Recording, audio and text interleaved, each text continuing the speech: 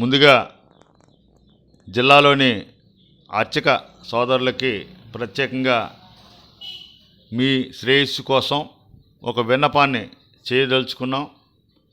ఖచ్చితంగా మీరు ఉదయాన్నే లేచి దేవాలయాలకు వెళ్ళి నిత్య ధూపదీప నైవేద్యాలు సమర్పించడంతో పాటు గతంలో కర్ఫ్యూలో గుళ్ళు తెరవని పరిస్థితులు ఉన్నాయి కాబట్టి ప్రస్తుత పరిస్థితుల్లో భక్తులు వస్తున్నారు కాబట్టి వారి ద్వారా అంత ఎంతో దక్షిణలు వస్తాయి, అంత ఎంతో పూజలు చేయించుకుంటారని చెప్పి మీరు ఆశపడి ఎక్కువసేపు దేవాలయాల్లో గడపవద్దని నేను మీకు విన్నవించుకుంటున్నాను.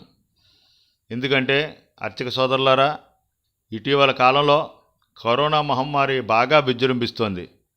40 ఏళ్ళు 45 ఏళ్ళు వాళ్ళు కూడా మరణించడం సంభవిస్తోంది. కాబట్టి మీరు సామాజిక దూరం కనీసం 2 మీటర్ల దూరంలో భక్తులను నిలుపుకోగలిగితే అది చాలా మీకు శ్రేయస్కరం. రెండో విషయం ఏంటంటే శటగోపురాలు ఇవ్వడం కానీ లేదా తీర్థప్రసాదాల చేతితోటి అందించడాలు కానీ మీరు చేయవద్దని మనవి చేస్తున్నాను. మీ దగ్గరికి వచ్చే భక్తుల్లో ఎవరికి కరోనా వ్యాపించి ఉందో మీకు తెలీదు, వారికి తెలీదు. కాబట్టి ఈ కష్టకాలంలో భక్తునికి భగవంతునికి అనుసంధానమైన మీరు ఆ యొక్క భక్తుల్ని అనుగ్రహించేందుకు, భగవంతుని ప్రార్థించేందుకు కలకాలం ఉండాలి.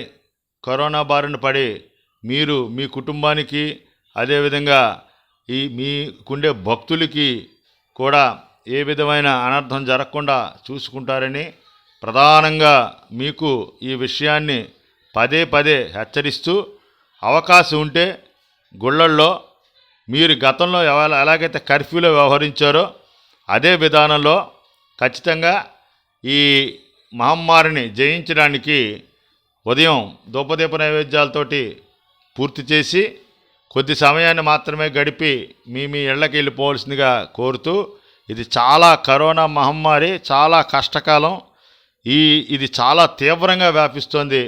కాబట్టి అందరికీ కూడా నేను జిల్లా బ్రాహ్మణ సేవా సంఘ సమైక్య జిల్లా అధ్యక్షుడిగా అర్చక సహోదరులందరికీ కూడా నేను మనవి చేసుకుంటున్నాను. ఇది ఒక ప్రమాదకరమైన హెచ్చరికగా మీరు భావించగలరని కోరుకుంటున్నాను. ఇట్లు మీ మాదిరా శ్రీనివాస్, జిల్లా బ్రాహ్మణ సేవా సంఘ అధ్యక్షులు. Thank you.